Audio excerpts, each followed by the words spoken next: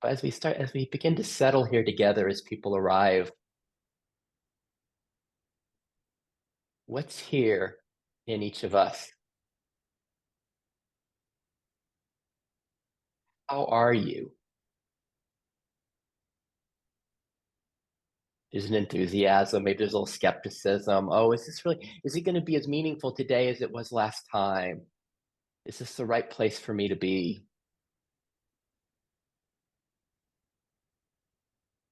How are you?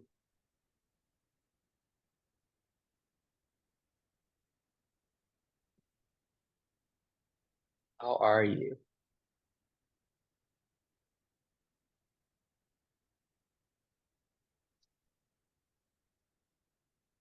And then what's it all arising in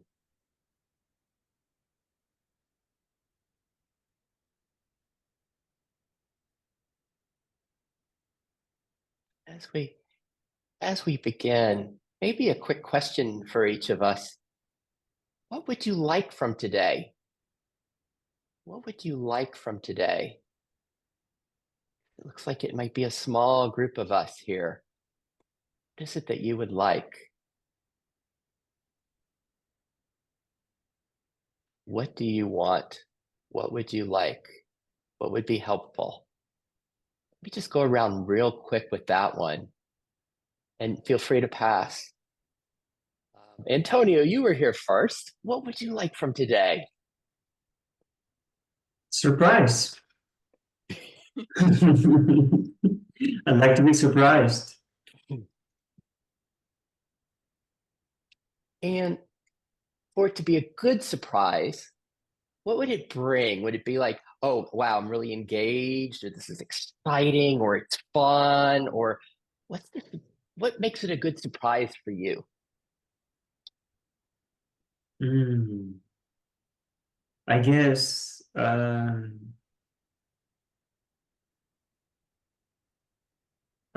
experience of spontaneity,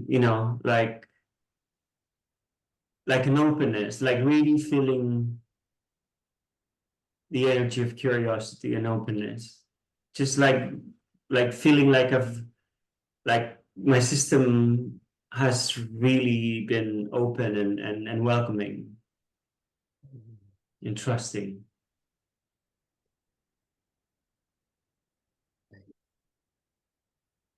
Thank you.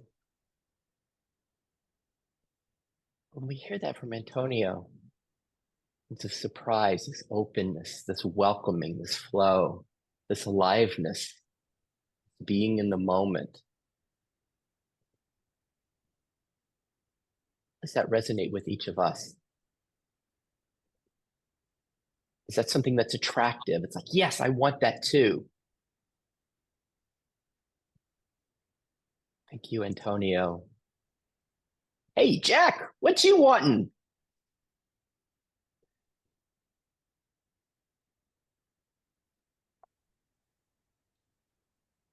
I'm feeling pretty fulfilled. Like I really don't want anything, really. So And so what about yeah, that? yeah.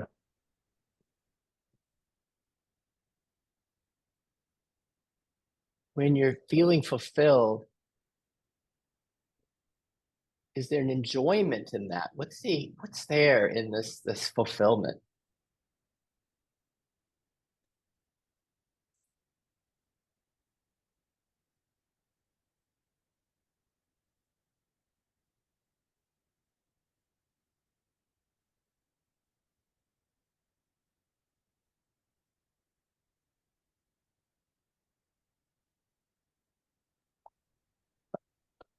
I guess I would call it calmness. Calm. Calm.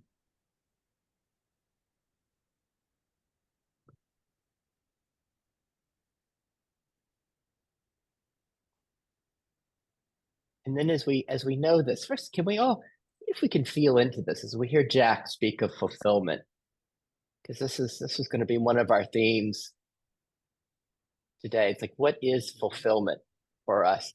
Yeah, I put the wrong passcode in, so I wasn't getting in. And there's Deborah. what is this fulfillment? And how do you know fulfillment is here?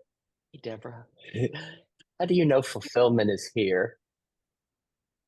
And Jack is speaking of when I ask him, what does he want? What's here? And there's just fulfillment. Can you feel that? Maybe you could resonate with his square or in your own system. What is fulfillment? And then when we rest there, what comes? Like, Jack, do you hear parts? Do you hear like, oh, this is lovely. This is really nice. I want to just sink in and enjoy this. Or is there any activity, or is there just a sense of, well, just get to express this, to be this, to overflow this? What arises in this fulfillment?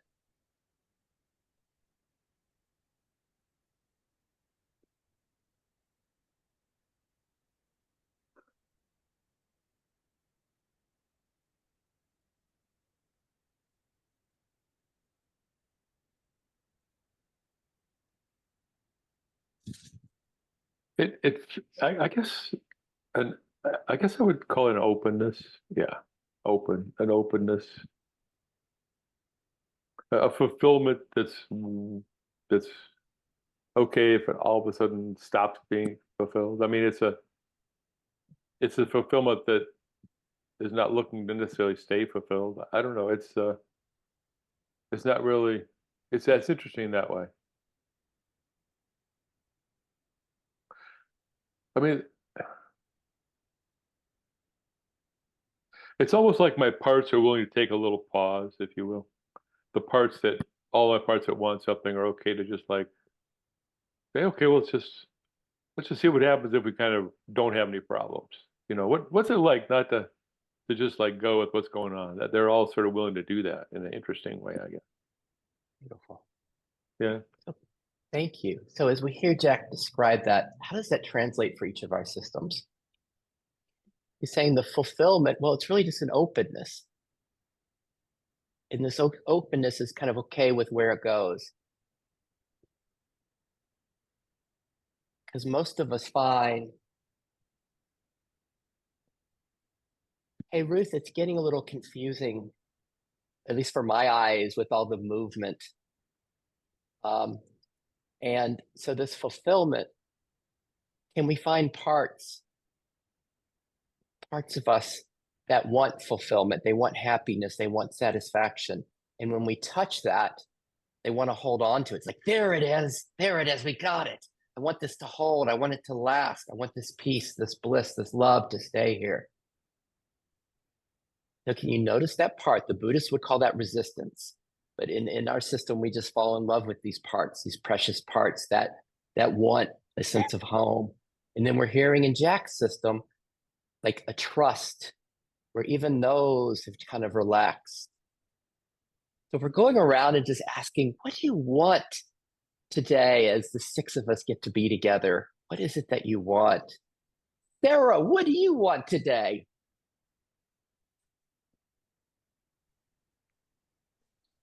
I heard back from my system, be seen, to be heard, to be connected with, to be loved, to be held. Yeah, I hear a lot of chatter. They're like, me, pick me. Yeah. So it's a good feeling. I guess fulfillment, sense of happiness, fullness.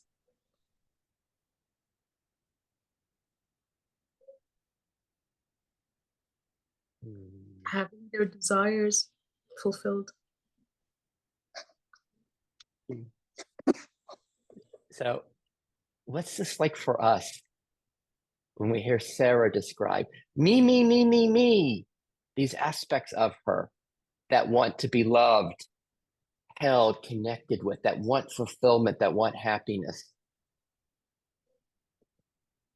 Is there awareness inside of us of aspects of us Like, I want that. I want what Sarah's got. I want that too. I want that love. I want that connectedness. I want that fulfillment. I want to be held.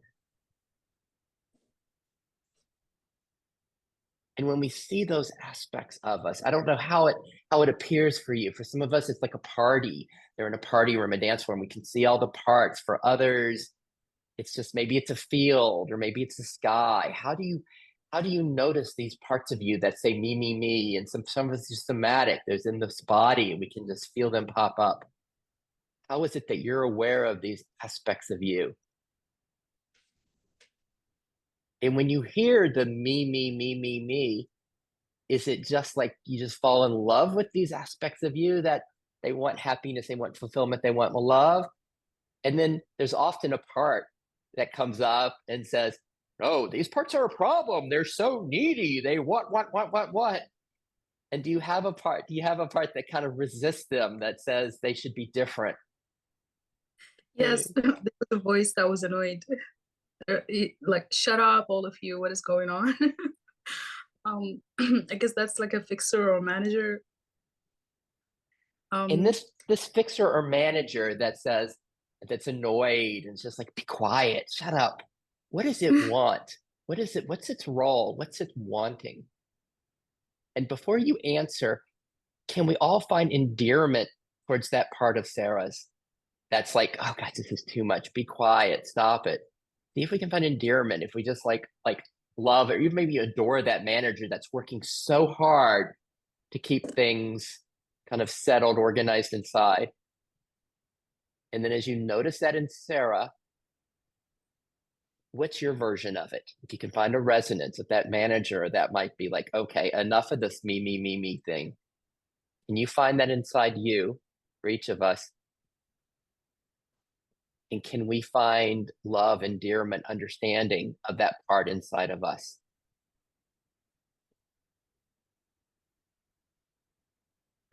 What else you got for us, Sarah?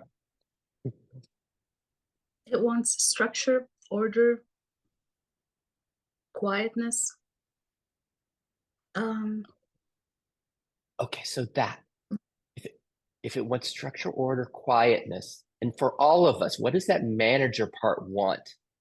What does that manager part want? And let me ask you this: is it a part, or does it feel like, well, that's me that's saying enough, stop it, be quiet? Can we be aware of it as a part? This is a voice that's often seen as a self-like part. It's kind of, we identify as this manager. And then my question is, what is it that it's really longing for? What is it wanting? And Sarah gives us kind of a first level of that. It's wanting structural order. It's wanting quietness. But if it gets that, what does it get? What does it really get if those things happen? Sarah, what do you find?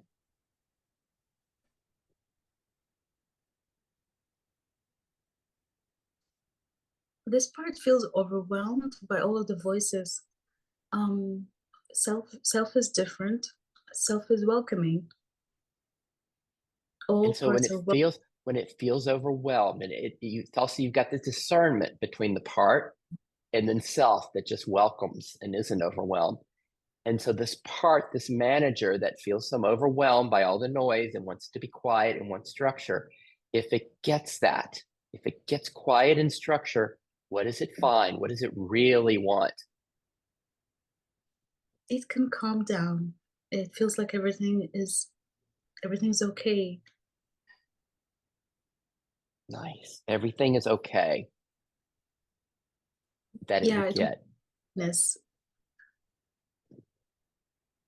And then just this last question for us, as we notice what our manager parts longing for, and then we hear Sarah speak of self. It doesn't have overwhelm.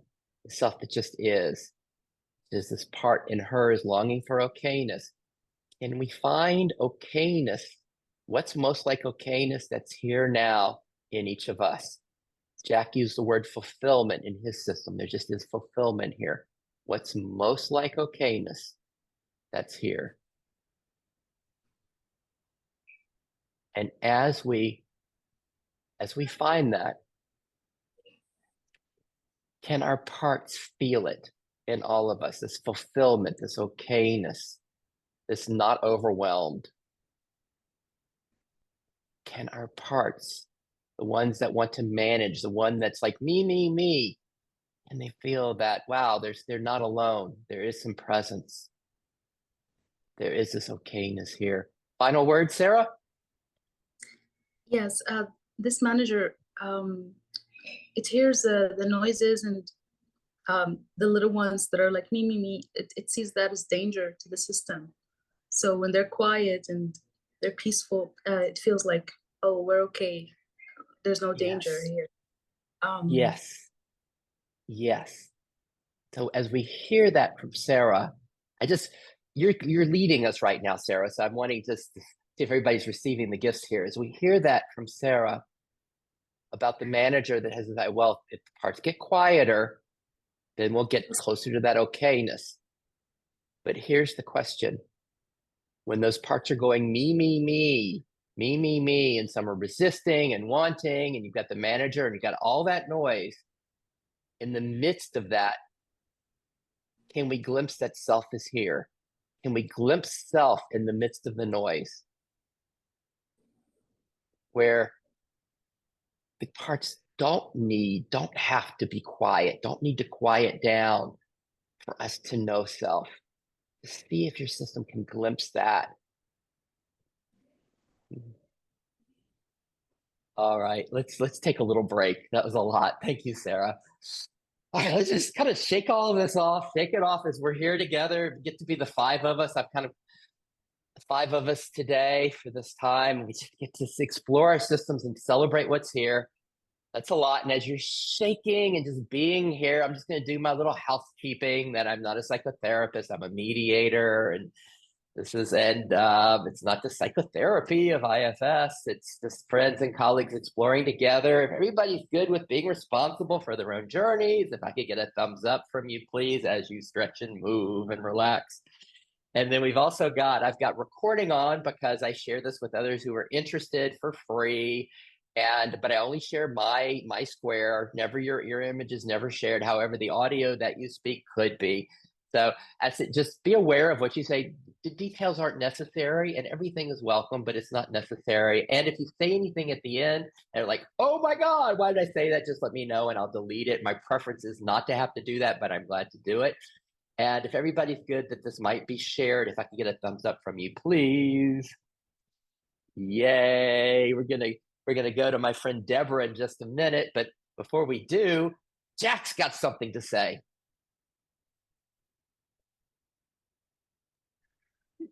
Yeah, I'm wondering if our thumbs up about the two things that you just sort of described as ground rules, does that imply that you're assuming we can rely on our own sense of self in this meeting and not have to rely on sort of someone else's sense of self?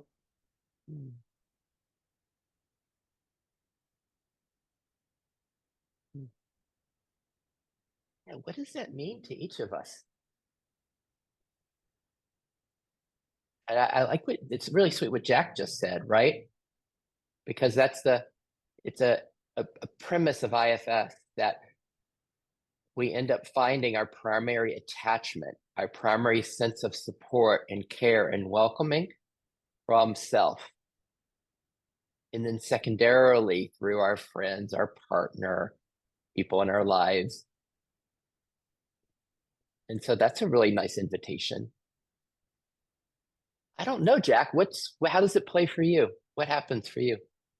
Well, it's what I realized at one point, I was thinking about it maybe even yesterday, was when you say, okay, we're all friends and colleagues here, this is not the psychotherapy of IFS, that sometimes psychotherapy will let the psychotherapist rely on the psychotherapist's sense of self, right? So because it's not that, I realized I was sort of assuming we were not relying on anyone else's sense of self here. Or you could look at the more positive way. You're encouraging us to look at our own sense of self, right? I mean, so you could look at it either way, but that just seemed like sort of something was unspokenly implied, and I wonder if it was intentionally unspoken, or was it being applied? I just want to get your thoughts on Oh, so that. part of it, like the part of it was I didn't want people's parts to be, well, we've got an IFS facilitator here, and be like dependent on Sid with ideas that Sid might have certain skills or backgrounds that I don't have. There's that. But I love where you're pointing, Jack. But I wouldn't say it's as cold as that. It's just, well, you need to find sanctuary and home all through yourself. Because the sweetest thing is that there are four of us here with you, with all of us. Each of us have four of us with you. And something's for me, something's different like now versus 20 minutes ago. Because it's just like there's the self that's here, but there's also this collective resonance of this field, the space that we're holding together, that we're being seen and heard by each other. And so I love the idea of fully welcoming that in as well. Anything else, Jack, with this? I guess I didn't pick up that that's really implied, and that we're all colleagues together. That's sort of implied in that. So, yeah, okay. Thank you. I just wanted to bring that up and see what your thoughts were. Thank you. Yeah. And I have a question here. hey, what, Sarah? Yeah, it's about Jack's question. It made me think of like what is a strong sense of self? Like if someone doesn't have like a strong sense of self, can it help that person to develop that sense of self by being around other people who have a strong sense of self? I want to say, like, enthusiastically, yes. But I'm also not going to accept the sense of a strong sense of self and a lesser sense of self. Because my experience is, as we come to celebrate together, that we're getting different flavors of self from each of us.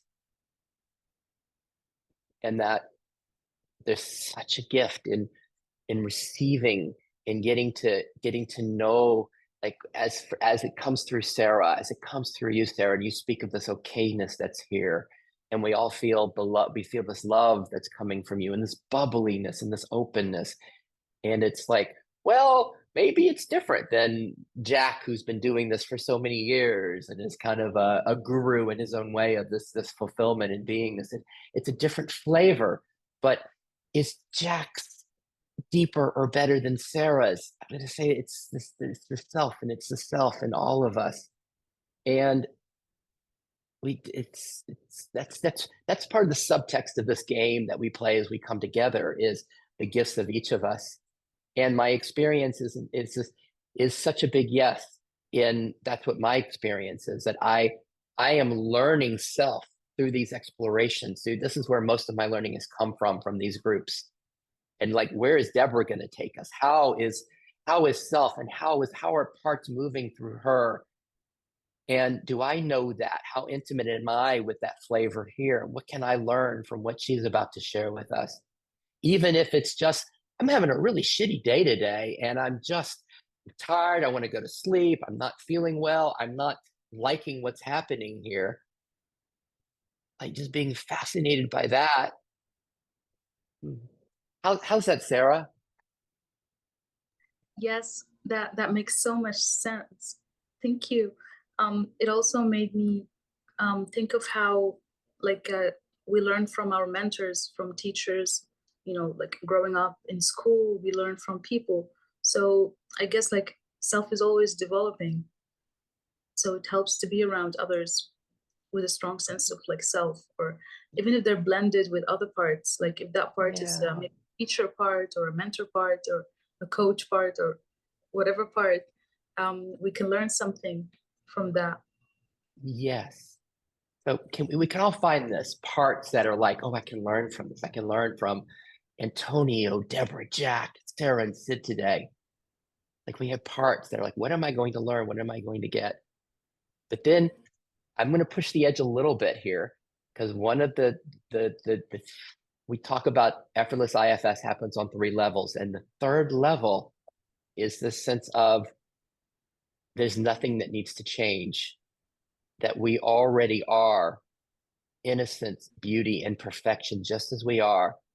Or just to quote Dick Schwartz with IFS, the self cannot be diminished or added to. It's already here. It's like the sky that just gets obscured, but our very nature is the self.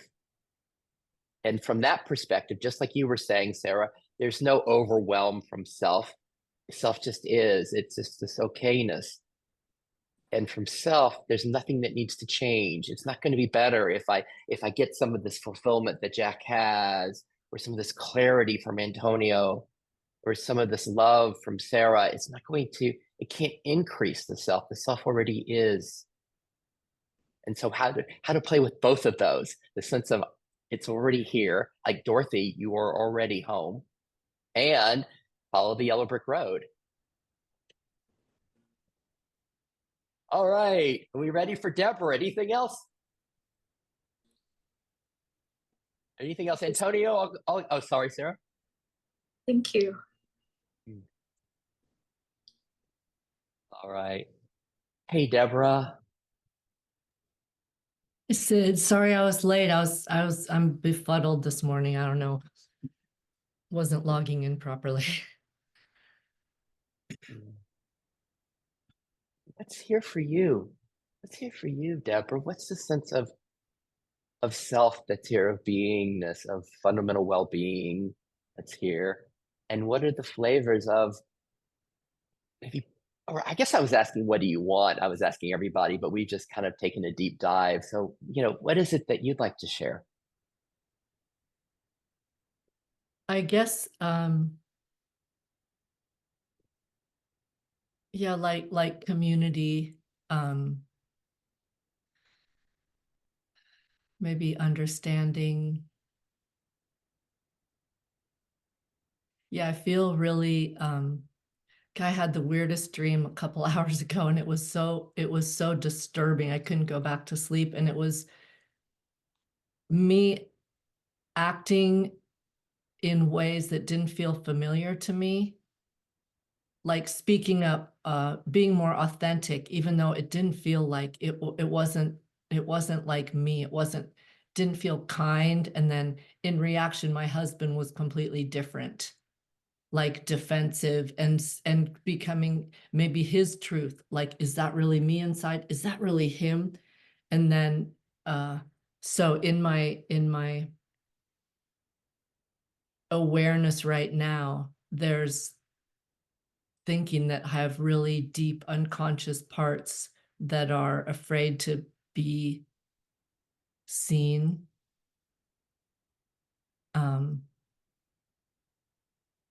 But they feel very hidden right now.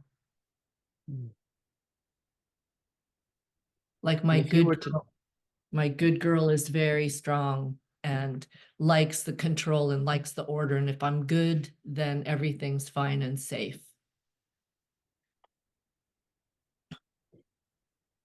In my dream,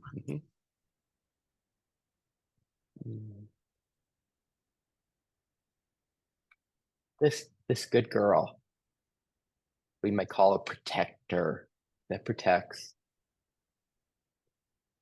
What's it concerned would happen if these other voices came up, this that was touched in the dream, this more authentic voice, or really just parts that kind of aren't allowed to speak so much in your system? What's the concern of the good girl part? Yeah, that she will lose control.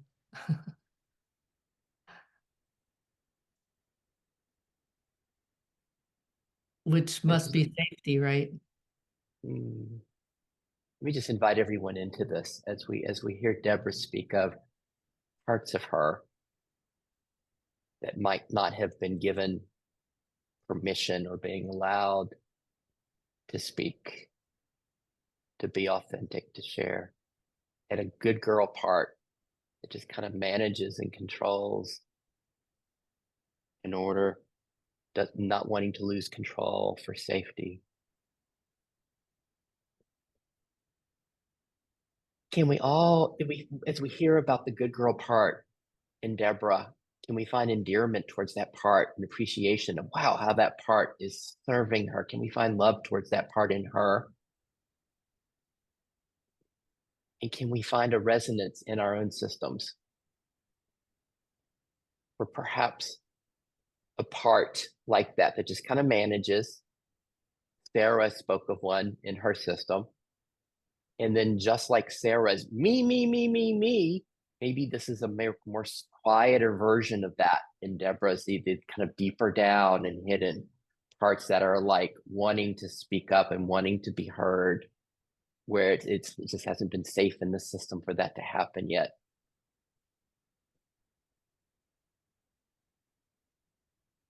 And so I guess my question for all of us, and then for Deborah, is there awareness of this?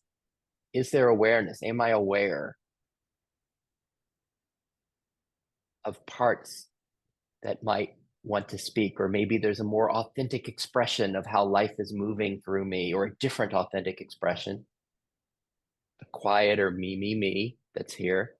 And then a part that's kind of managing that, a good girl part. Can we be aware of all of that? Can we like zoom out and be aware of it? And not only that, as we're aware of it, what is this? Can we find that there is Jack spoke of this openness, or Antonio, just this openness, this what's going to be the surprise, the adventure. There's just a sense of welcoming. And we find that from self, that there is a welcoming of that. And that's not a welcoming that says, yeah, come on up, take over the wheel and do whatever you want to say whatever you want to say to my husband. It's not that. It's just a welcoming, a hearing, a seeing. How's this playing? What's playing in you? What do you find, Deborah? It's funny. I think my protector part is afraid that if she doesn't keep control, that there's like a monster part that might come out. Like a cruel part that doesn't care and will hurt people. Let's just pause right there. If we don't keep control, there's something that might come out. Monster, cruel, could hurt people. As you hear this, as we hear this in Deborah,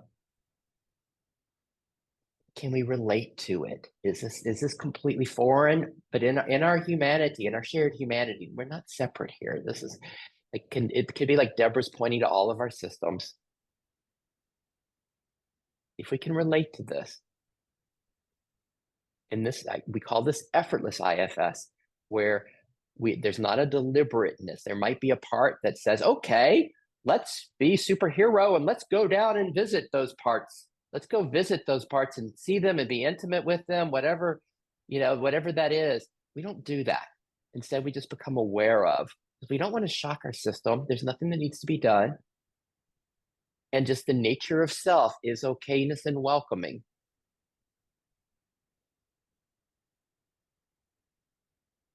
And then my question is, these parts that we might be a little scared of seeing, the monsters, that which might be cruel, not kind to others. What is it that those parts want? But I'm going to invite you to do that without getting too close, because we don't need to upset our system. Maybe just like, again, we're at a restaurant and then we can see them at a distance. We can barely hear them, these parts. What is it that they're longing for? What is it that these parts are longing for? Do you have a taste of that, Deborah, without getting too close to it? Yeah, they just want to be heard. And I can feel they're tired of trying so hard to hide and be good. And I can also feel that they're not cruel.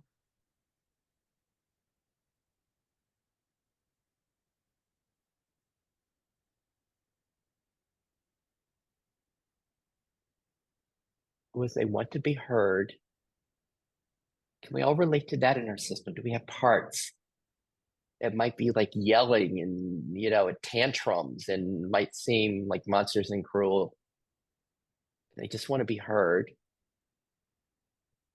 And when they're heard, what do they find? What is it that opens when these aspects of us are heard?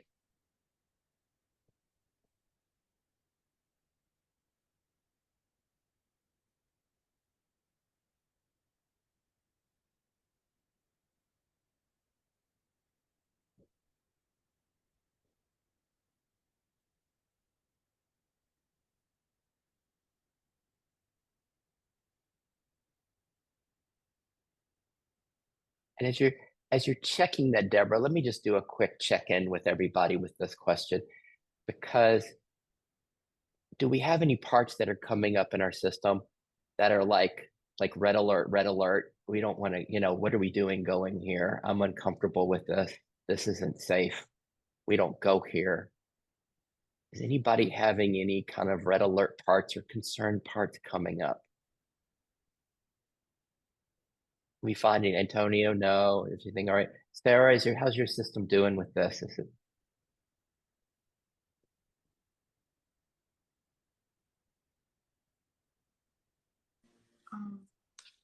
Yeah, I can relate to Deborah. My protector that wants to be a good girl. Yeah, she sees this as danger, to not be good. And like for me, it's not about being cruel and mean to others. Being a monster, it's like a parental voice for like a little one that's 5 or maybe 6, being a little monster, like being mischievous and being like not listening and doing whatever she wants to do. So that little one is considered like a little monster, but she's just a child that just wants to play and explore and break things and figure out what's inside, you know, things like that. So she's not really a monster. She's just an exiled. But the good girl part sees this like, oh, you should be good, because if you're not, we'll be out of control and we'll break things or we'll say things. And wonderful? So we've got that.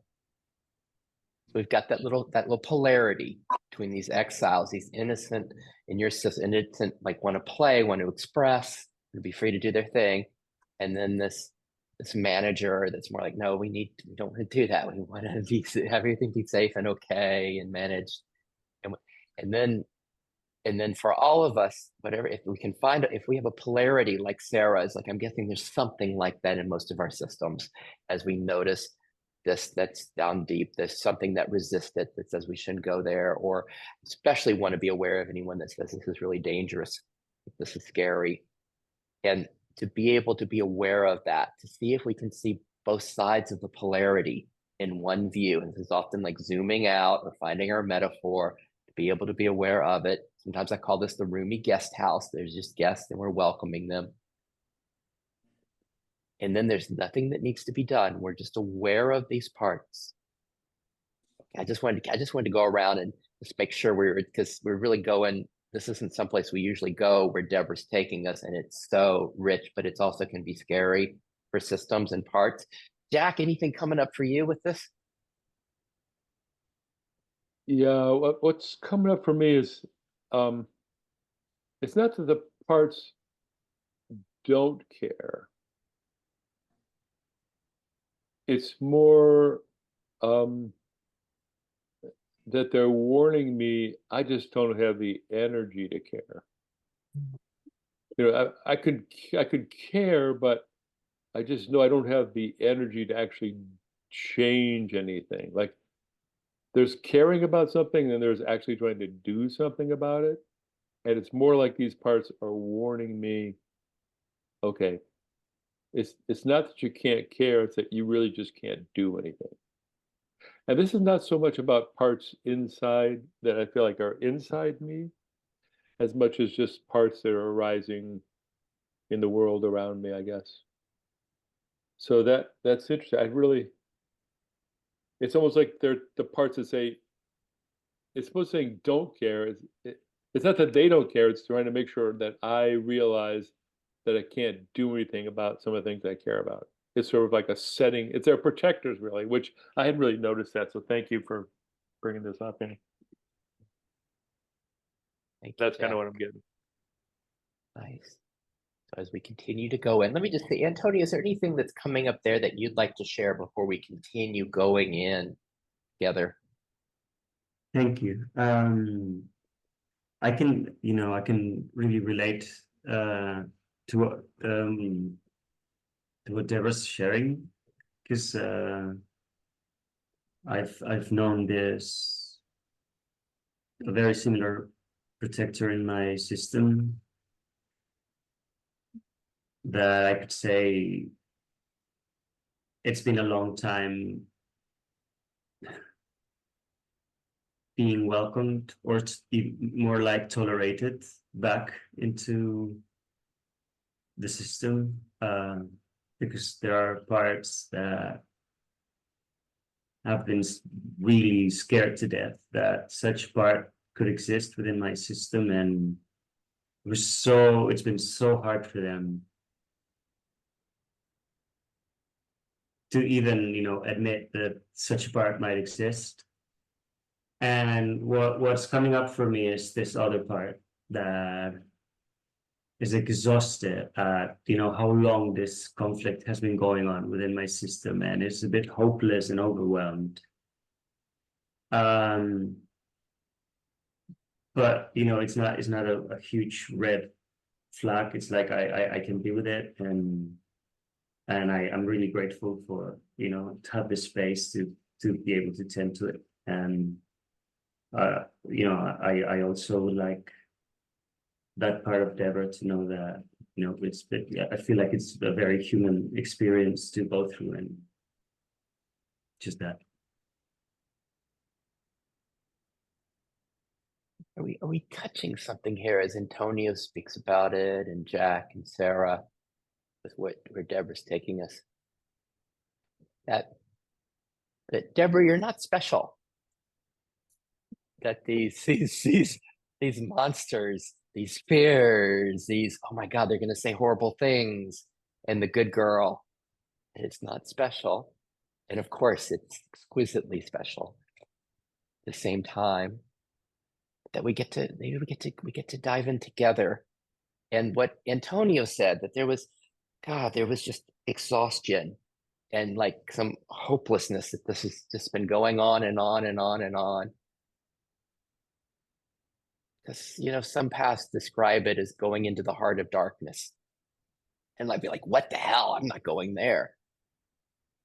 But there's a really cool thing that seems to happen, which we all know, as we start to touch this and see these parts. It's like what's in Sarah's system. In Sarah's system, these parts are they're young parts that just want to play. They want to be free. They want to be liberated. And Debra, you were describing yours. They just want to be heard. They want to be heard. And so what we're going to play with, it's like, as we start to see the innocence of our monsters, these aspects of us that we label as monsters, that our whole system can kind of form around to try to protect and push down and keep away. So what's coming up, Debra? We got all these gifts from our friends as we're doing this together. How's it going there? Yeah, such big gifts from Sarah when she said little monster. Then I totally could. It is a child that's afraid of being too much and of being bad and getting in trouble, and almost. Yeah, I had a thought a little bit ago and it kind of went away. Yeah, just the not having any voice at all. When I really think about what wants to come out is I don't want to do that. or I don't like when you do that, or that hurt my feelings. I mean, it's not like I'm gonna go take a knife and stab everyone, you know? It's my pent upness is overblown because it's never been made okay somehow. It's a little the little Yes. monster, little young girl just wants to say, I don't like that. Yeah. But what if that young girl also was like, what if it was, I'm going to pick up a knife. I'm going to pick up a knife and I'm going to do this. Can we see that it's just the same? It's the same innocent little girl that is just so desperate. I want to share. I have two parts that came up, like um, like what if the good girl didn't have to take control? Then we're gonna be bad, and bad as in be a little monster. And being a little monster will result in two things: either getting punished, getting a timeout, getting grounded, or even getting abused. So there's an abused, exiled part that's afraid of like the consequences of being a little monster. And then there's another one that's afraid of abandonment, that if I'm bad, then they're not gonna love me anymore and they're gonna abandon me. So that fear of abandonment part, this one's like it's really like took over, and like it's like having like intense feelings like, oh, if I'm bad, I'm gonna be abandoned. It would rather be abused than abandoned. Like it would rather the abused one be abused than it gets abandoned, because like abandonment for at like a very young age means that it's not going to survive out there. If I'm abandoned, I'm going to be dead. It's only 6 or 5. It's relying on parents. They can't abandon me, so I have to be good.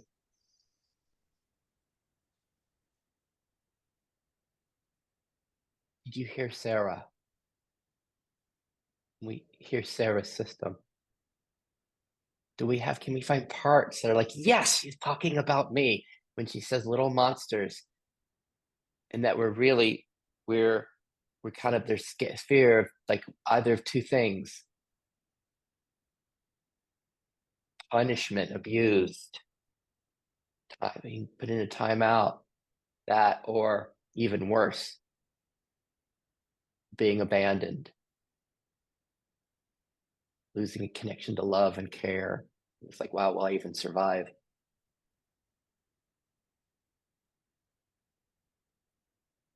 What's it like for your parts when they're being heard this way? When our little monsters, when we go beneath the grabbing the knife or yelling, or I'm not going to talk to anybody, I don't like this, whatever they're saying on the surface. When we go beneath that and we can hear like what Sarah's pointing out and what Debra's pointing out, what's just the sweetness of what's really being longing for, to be heard, seen, welcomed, connected with, cared for. What's that like for these parts? And this is important. Is there anything that has to be done for them to feel heard and seen and welcomed? Because notice we might have some helper parts. We might have a therapist part. We might have a compassionate communicating part that's trying to help. And we love those. Awesome. But then there's the self that just is this welcoming, that is this hearing, that is this love. And our little monsters, and they sense that they're not alone, that they are being seen, that they are being heard.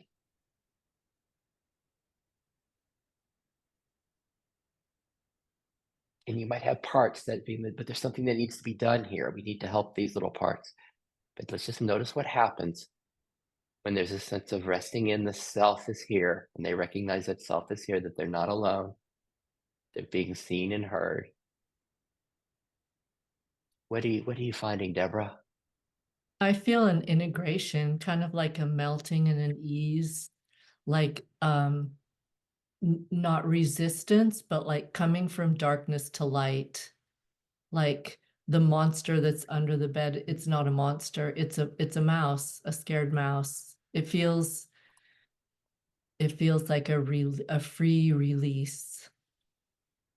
Like they don't have to hide anymore.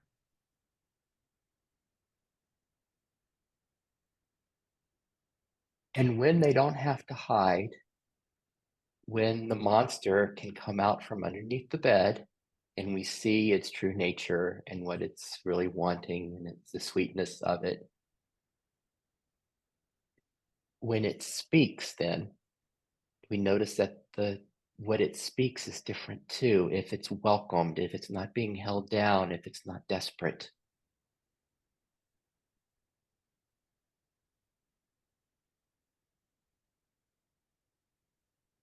And so does something change as far as the good girl, the protective system, the protector? It feels like, no, I need to control these because the authenticity is going to throw everything. If I let these parts speak, God, my relationship, my life, what I'm going to say. Does this good girl one kind of relax some when she sees the monster come out from underneath the bed and she starts seeing or hearing what the monsters are truly longing for and seeing their nature? What do we find? What do you find, Debra? I find ease. I find trust, actually.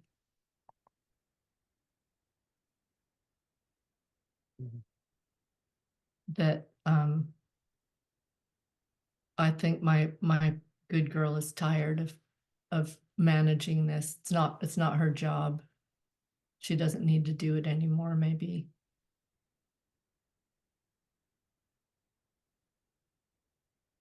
And when the monsters come out from under the bed,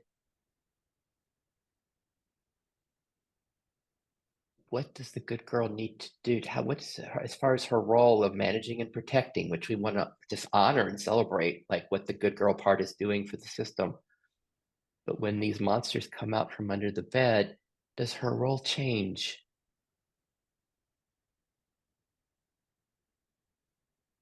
I think she's curious and a little bit delighted because it looks more free somehow. It's less tense. Mm.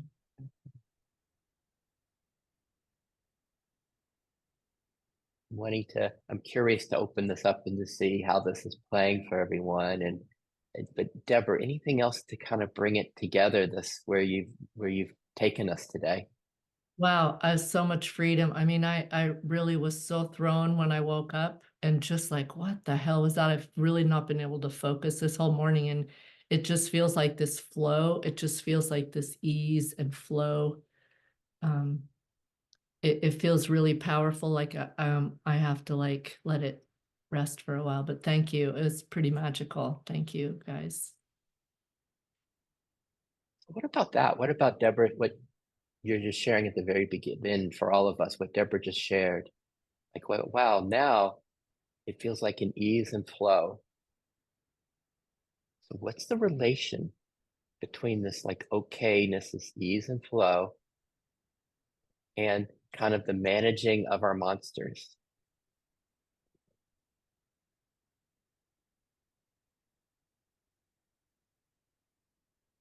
Like if this ease and flow is our nature, just notice how sometimes our parts can kind of move us away from that or obscure it. All right, so how are we doing? Why don't we do a little stretch and breathe again and just like, whoa, that was a whole lot. That was so much. Yeah, do our hair like Debra, like, woo, shake our hands. Woo. That was a lot. And just how's it all? How are we doing now? Like, how are you? How are you? Like after what we've just done? Like I can notice an understanding part that's trying to integrate everything that Debra shared. And like, wow, how can I really know this in my system? This like these monsters coming out from under the bed. What are my monsters that are still under the bed? I can notice an understanding part that's doing that. I can notice another part that's like, whoa, I'm tired. This is a lot. This is plenty. This is plenty. You just go, this is a lot. And then another one that's wanting to like just connect and celebrate what's happening for everybody. So what's here for you? What parts are here for you? And then what's your flavor of self that's here? What's the background? What's the beingness? Is it okayness? Is it flow and ease that Deborah spoke of? Is it fulfillment and openness that Jack spoke of? What is that? What's here now for each of us? And who would like to speak? I can. Great. It was really fascinating to hear about Deborah's movement, right, from this state that she woke up in towards this. The experience that I was or the way I was able to relate to what she was sharing was through a feeling of lightness and so the flavor of self that gave me was one of maybe something similar to faith, in the sense that that movement that she was sharing is familiar to my system. We know about that, and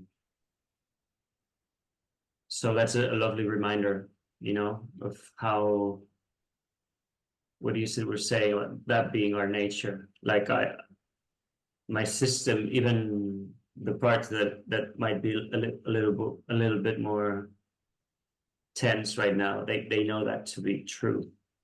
Let me ask you a question, Antonio. That it knows it to be true. You said there's a familiarity, of faith in the movement that you saw in Deborah's. Which movement was it? Is it the monsters coming out from under the bed? It was the movement to the kind of the flow and ease. Tell me about that. In that acknowledgement of the good intention of those previously scary parts, that reconciliation, if you will. There's it's a climate of trust. It's like coming together with what was previously seen as as other or opposing or an enemy. So there's like a sense of cooperation. And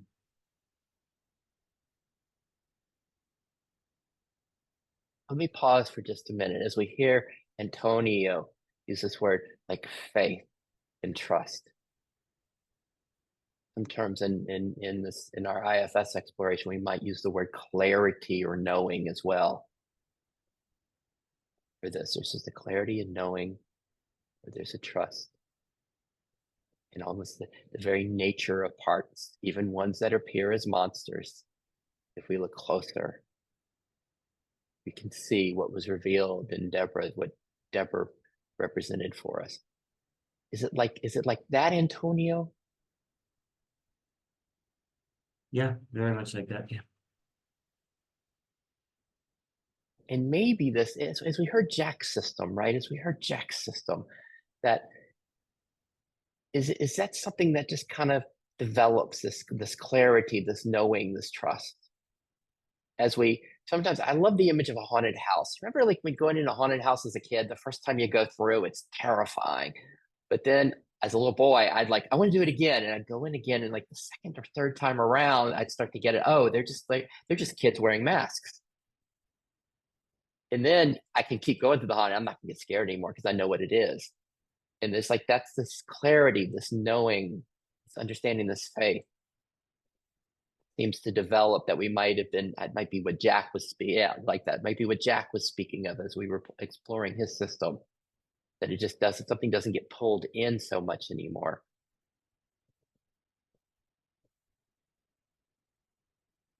What else you got for us, Antonio?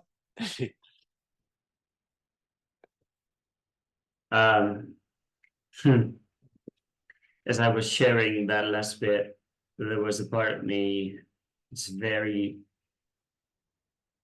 concerned with this other part that that he calls the spiritual performer. I know you call them achievers, and I also have that. I feel like they're two different parts. And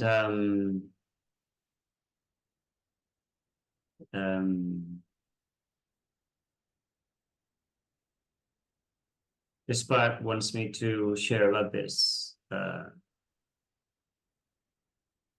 other part that feels like the spiritual performer doesn't want to be known, and so I want to speak briefly about that part, just to mention that there is also a part that is a hard blocker that really, you know, that it helps me by removing me from the group, from, you know, from not really, from, you know, from just, well, I guess that is pretty self-explanatory. And so how about that? This one that you're pointing to, Antonio, and this heart blocker kind of removes you from the group. Yeah. So can we all, as we hear this part, Antonio, notice if we can find endearment towards that part, how it's there to protect, to serve, to care for his system. See if we can find our resonance in our system, something that just kind of protects, maybe detaches. And what is it protecting in us? What is it protecting? This heart blocker, something that separates us, detaches us. What's it protecting? What's it caring for inside of us? What do you find, Antonio? What's the role of that heart blocker? Why is it there? How is it serving you?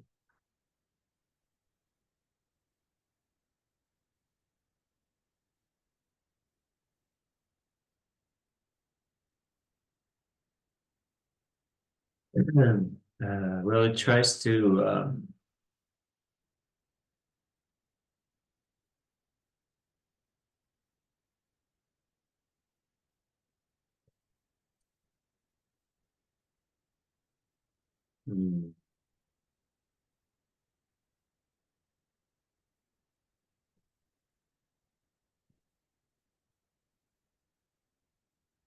can't quite say. I don't know. I feel like there's a part surrounding it now, and it won't let me see it very clearly. Nice. So how about just that? Just awareness of, as Antonio describes this, whether other parts that are around it won't let me see it. Can we just be aware of that and endearment towards that? It's like, okay, like that's enough. We really don't want to go into this heart blocker or hear the story of it or what it's protecting. And can we see the wisdom of that? Because often, like in my system, I've got these little traumatized parts that had horrible experiences in my youth. And it's like, there's some parts of me that I'm not ready to go feel those things. And it's like, I'm so grateful for parts that protect that. And in its own time, there'll be a sense of them coming out and crawling out from under the bed. But we never want to have that happen before the system's ready for it. And then you might have a part that says, no, it would be better if Antonio went into this heart blocker and went into the depth of it and saw what it was protecting. We usually have a spiritual achiever that'll believe that. And we just notice that and how it's wanting to help. If we can really, it's like this, it's almost this compassion, this love for our system and our parts. And seeing the beauty of it just the way it is. In the sense of it, including the parts that say no, that's enough. No, we're not looking under the bed right now. We'll wait. And if anyone wants to crawl out from under the bed, great. But we're not going to go with the flashlight and look under the bed. That could be terrifying, right? Because at that point, you're just seeing this really scary monster. Antonio, you also mentioned the spiritual performer, and I was a little confused. I don't think I followed that so well because you were saying at some point it didn't want to be seen, and I didn't follow that.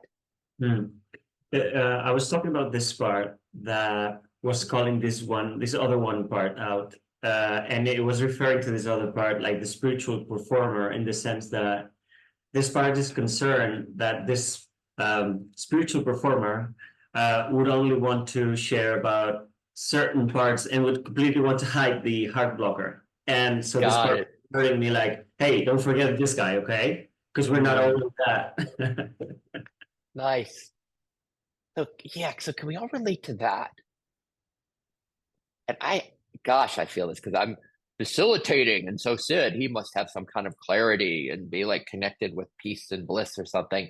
And it's like, okay, well, it's just the spiritual performer, the ones, oh my God, we're recording this too, and their images aren't showing, but my image is showing, and people are like, the spiritual performer, and that's aware of how it's being perceived and wants to be perceived well, wants to like the spiritual performer in my system. It's like wanting not to look like a fool. Why? Because then there'd be parts that are that feel unworthy, that feel not good enough, and that whatever young parts those are, that would be triggered, and the painfulness of having those like, oh my God, I really messed up.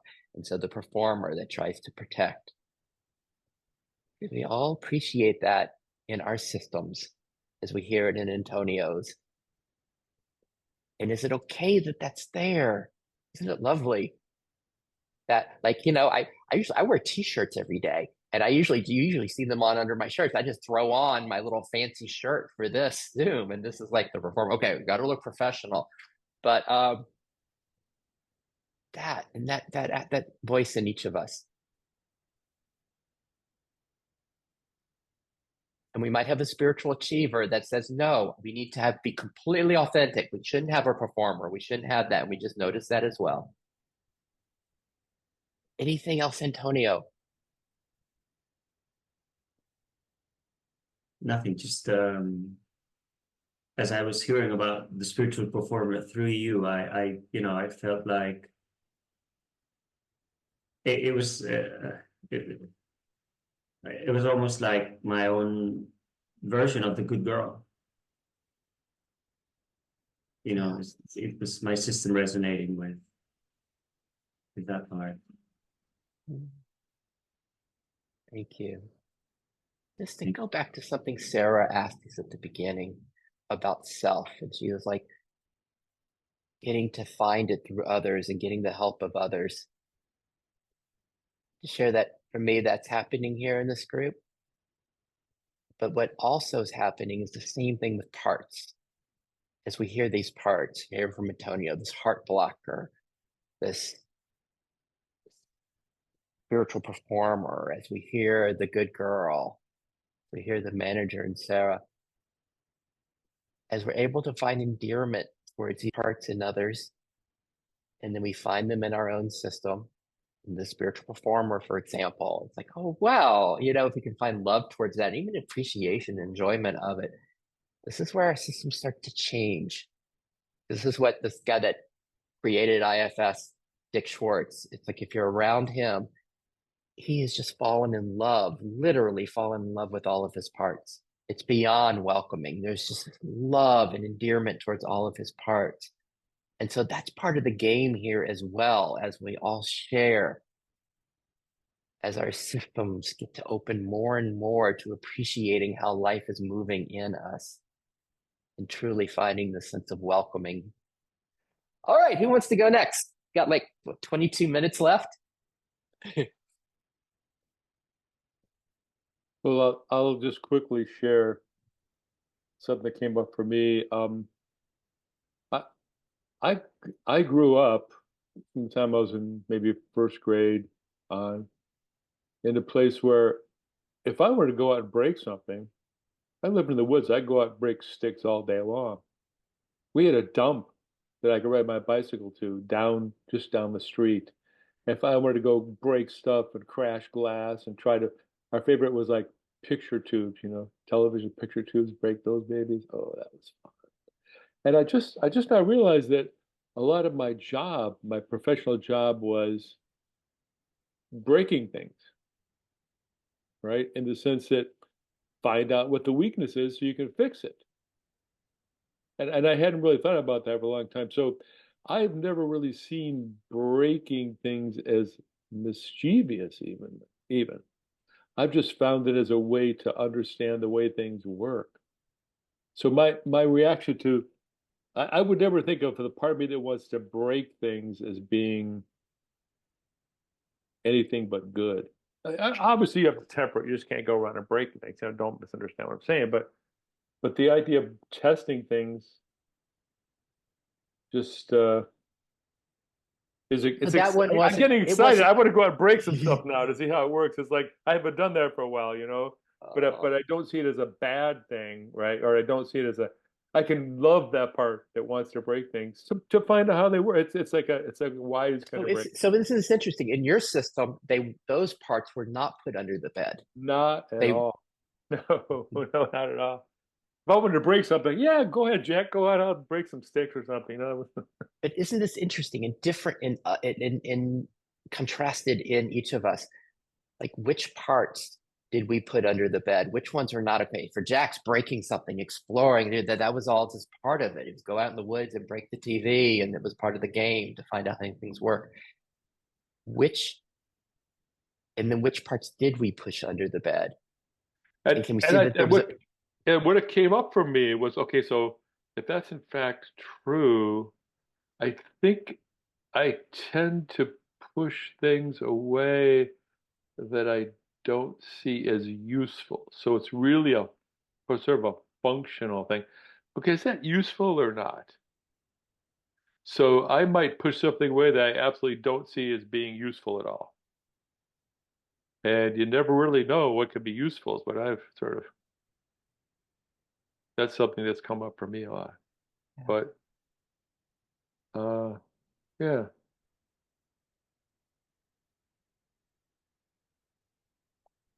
I, yeah, I mean, I guess I'm really understanding I don't know what I don't know. So if I haven't seen something that's under the bed, I just don't know what's under there, right? And like you say, do I want to go in with a flashlight, or maybe it'll just be a mirror and I'll shine a flashlight back in my face? Who knows? But that's what makes other people helping me see what's might be under my bed is one of my favorite things about what we do in effortlessness. awesome. So Awesome. that's what came up for me. Yeah, Deborah has a thought. No, Jack, did you ever get in trouble? Like, did you ever get in trouble for doing something?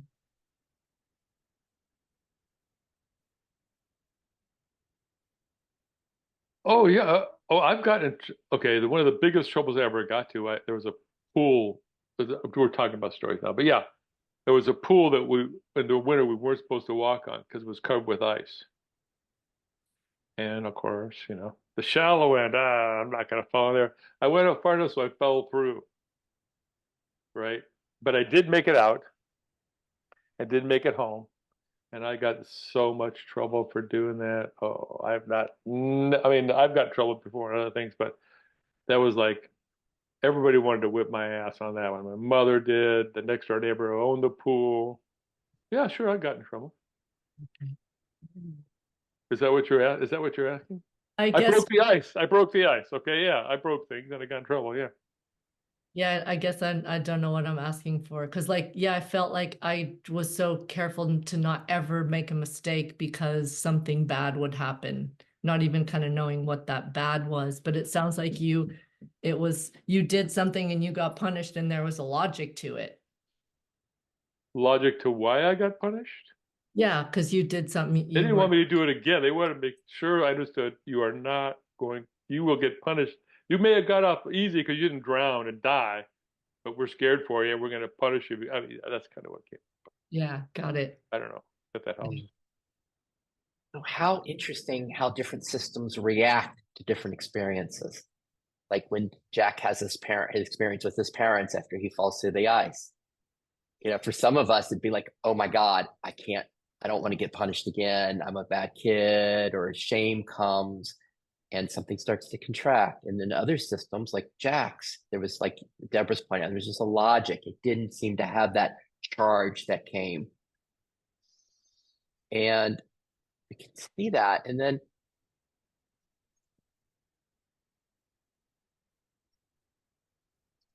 And then there's just such richness. Even if in Jack's system, there's very little under the bed now. Maybe his system things didn't grasp charge like that. Then it's like, but is it completely separate from us? What has a charge in Deborah or in Sid than what it does in Jack? As we open up to this connectedness in this love, it's just like, okay, maybe Jack's system is more open like this. And then he gets to be what Sarah was speaking of. He gets to be part of the space of holding this love for us where it feels safer for our systems. And then maybe something will resonate in his system. Oh, wow, I didn't even realize that was under the bed as we explore together. Who has something they'd like to say?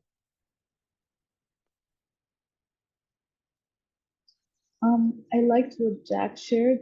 Um, yeah, like my father was like that. He liked to break things apart to just, he had like a tinkering hobby. Like he liked to know how things work. Like if there was a broken TV, he won't throw it away. He would take it apart and see what's inside and just, tinker and just keep some parts and then use them with some other parts and try to invent something maybe. Like I feel like that was like an inventor part maybe. And then my brother liked to break things as well as a child, like Lego blocks. Like I like to build, and then he liked to break what I built. I don't know. He found some sense of satisfaction in breaking things like that.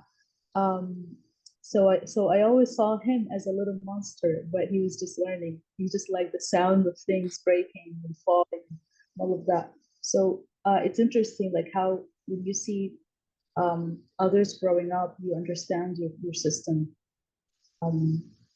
better. And then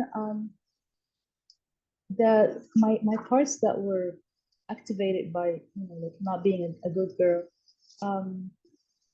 like they calmed down and settled down when Sal took over and said to them that it's okay, you don't have to be scared, you can look under the bed, you can come out, and you can be yourself, and you're not going to be punished, you're not going to be abandoned. I love you, you're safe here with me, you can play and explore, just be safe. And if you break something, it's okay, things happen, mistakes happen, accidents happen. So they were comforted and they settled down a bit. How and about now that, they Sarah? can just Sarah, what you just shared, you can be yourself. You can be yourself. You're not going to be punished. You're not going to be abandoned. You can play and explore. The sense of welcoming what's here in our systems. And this is where it becomes a big deal as we get to know self, as we get to know beingness, as we get to know our nature.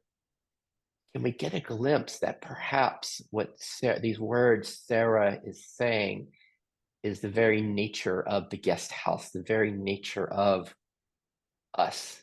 It is a welcoming, it's a love of, it's an enjoyment of the parts, even the ones that like go and break things or go and do things that are or do something that's bad, that it's just from self. There is just a welcoming and love of them.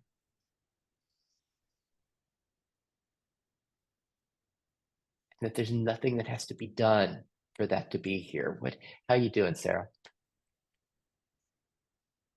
yes, there was can I trust you to listen when self tells you to stop because it's dangerous? Can you pause and listen and understand that you're loved, you're safe, but you can't do this. You can't run around with scissors or a knife Okay, so because you so might how hurt about that? yourself.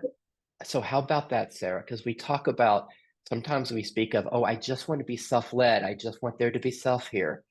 But then as we hear what Sarah's saying here, like for me, it's a part in me that would say that. It's like, okay, just don't run around in scissors. Don't do something that's going to be dangerous. It's a part that's, maybe it's that manager, or in me, it's a manager that wants to make sure everything's safe. And it's like, letting that be included. Like it's important, right? We don't like, yes, hey, we're free, everything's awesome, but just don't step off the balcony, don't go swimming in the ocean and when you're drunk, it's like there's these parts that are there to protect us, and it's like, yay. That And so just to see if we can discern the flavor of self and then the flavor of parts, and if we can just, everything is just appreciated as is. How you doing, Sarah? Oh, wow. Yeah. Yeah. I realized like, oh, yeah, that's definitely a manager's voice of trying to keep them safe so that they don't fall and that hurt themselves or something. Yeah. And then it becomes interesting to look at the parts, right? Because then one of the reasons I like some of the IFS language is we speak of parts that are burdened and parts that are unburdened. It's like the one that says, don't run with the scissors. We can notice the voice of it. It's like, what's wrong with you? What are you doing with those scissors? What? And it's like, we can see if there's a charge, if there's a lot of fear there, or if it's unburdened. And it's the same, it can be the same direction, but it doesn't have a charge. And we just notice that in our system as healing just kind of gently, organically occurs. Yes. Like I wrote, be careful, be sensible. If you break things and mess up, I will be upset, but I won't be abusive. I won't abandon you. I will hold you Yeah. and talk to you. You know you're safe. You know you're smart. You're a lovely child, and I love you. Nice. No matter Nice. what you do, even if you mess up, even if you had an accident that you didn't mean to mess up, but you had an accident, and that's okay. You're okay. You're allowed to make mistakes. You can mess up, and I understand. Um, like I'm trying Nice. to figure out if that's actually self, um, because it's calm. Like there's no charge. Yeah. Can we, and is it, can we just like, and then there's just an enjoyment of what is, right? I have a part that does the same thing. It wants to it will discern and clarify, and that can be really useful. And then there's also just an appreciation of what is. And then lastly, before we go to Antonio, and then what about the parts that do have contraction, that are like, don't you pick up those scissors. Remember how we got in trouble with those scissors? Don't you do that. Protectors that do that. And like, just like we've been doing today, can we see the innocence of those parts that do have fear, that protector part? And there's a reason they're like that. And can we see the innocence of it? The part that just yells at us for doing what we're doing, for breaking something, for making a mistake, for drinking too many beers and doing something stupid. All right. Thank you, Sarah. What you got, Antonio? I was really interested by something Sarah said. The way she was, the way she was describing this experience of listening to this part and the way it was talking, and I was also like really wondering, like, because I think she said, and correct me if I'm wrong, but I think Sarah, you said, um, the way he was talking, this message was coming from self, and there was something really strong for me when she said that. And obviously, I'm super tempted to also think that it might be a self-like part, and I appreciated the distinction you made between a burdened or an unburdened part, and how and this might just be like a like analytical part of me that feels really curious. But the way you sounded so sure, say that it was that it had to be a part. Do you have any clarity around that, or around my question? I don't know if I'm making any sense at all, but I was just curious and I wanted to share that. Brings us back to this question of how do we discern in our systems the sense of this ever-present sky, what they call our nature, in whatever tradition resonates most for you, and the weather, what often the thoughts, feelings, and sensations that in IFS we label as parts. How does your system discern this? And again, this is just a skillful means, because eventually, and Jack and Debra and I've played in this a lot, eventually there's a recognition that everything is an expression of self. Everything is of this. But this parts distinction can be really helpful along the way because it helps us get to know, become intimate with and as self, as this that can't be hurt, that is fulfillment. And so in my system, there's so many different ways, but in my system, I love that word fulfillment that Jack used, because there's a sense that self is the absence of lack and absence of resistance. Or to use Sarah's word, it's just okayness that's here, or it is fulfillment. And part of the game that we're playing here is getting to know that and getting to rest and abide more and more in that.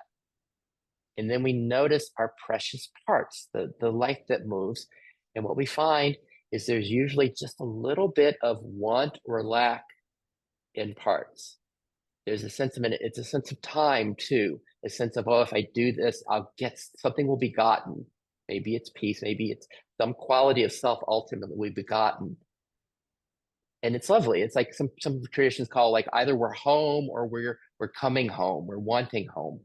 And it's the parts that are wanting home and it's the self that is home. And those are some ways that I play with it. How's that for you, Antonio? What works for you? Yeah, I think there's a part of me that that feels very in line with that, and it was telling me, I always told you, Antonio, this part was saying,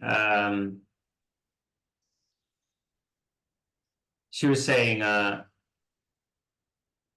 what you really are, like what self has no use for words. So if a part is, if there's a message, if there's like a, like you said, a want or a lack, or that's a part, and the space behind it, the container of that expression, that's self.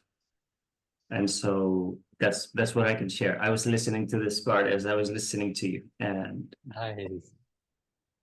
Can I add, like it's amazing, like when said, like pointed out, hey, this is a manager, and like I connected a little bit and I found out like this is a mother self part. So this mother, she's like a kind, loving mother that's, like she's not abusive and she's not going to abandon this part, but she also has an agenda, like she wants to protect this part. So that's how I can tell the difference, because, well, self doesn't have an agenda to protect. This one is sweet and kind in her words, but she wants to protect this part. She doesn't want it to run around with scissors. So for me, this is a mother part. How awesome. Wow. That Sarah, there's a mother part that's here that just looks out. I mean, oh, wonderful. 'Cause sometimes we have parts that are like, no, we shouldn't have parts like that. We should just be self-led. No, it's like, don't we all want a mother part like Sarah's that just looks out for us? Oh, beautiful. We just have a couple minutes left. Is there anything else that's kind of bubbling from anyone as we move to a close today? I love your different themes, like when you were saying what each person brings. After Jack spoke, I found myself longing for that like groundedness that you're okay. You can, I broke stuff. Awesome. And my feeling fear of that and thinking, I want that. And like wanting to like put my head on your shoulder, Jack. And then I thought, is that in me? Do I have that in me? I think I do. I think I do. That part of Jack, that's in me too. And Sarah's part, that's in me. And Antonio's part, it resonates so much with me. And you, Sid, your open heart. I feel so so blended and in love with all these parts. And you guys, it's all me, it's all us, kind of. It's really beautiful. Oh, sounds like a great closure to me what Deborah just shared. And Deborah, if you're free, could you stay for a minute afterwards with me? And is there anything else that's wanting to be said after what Deborah just shared? My mother. Oh, my mother part. It added what Jack said about going to the woods. Like to this little one. Like if you need to break things, you can go to the woods and break things. So that felt like a good idea. Actually, all the woods I go to, they won't even let you go off the trails anymore. You can't break anything in the woods that I usually go into. It's like I'm almost don't even want to go. What is this? I can't break stuff in the woods. You know, that's kind of the way I. People wonder why I don't always like to go for walks in the woods. Maybe that's part of it. I don't know. I have a procedural thing, Sid. I had a quick question after maybe the meetings. Okay, sure. Great. The other thing that came up for me really strongly is I sometimes talk about awareness, right? Self as being awareness. And there's a sense of aware of awareness. And then what came up for me was loving the love. Like not being afraid of the love, but loving the love was it just came up really strong for me. So yeah.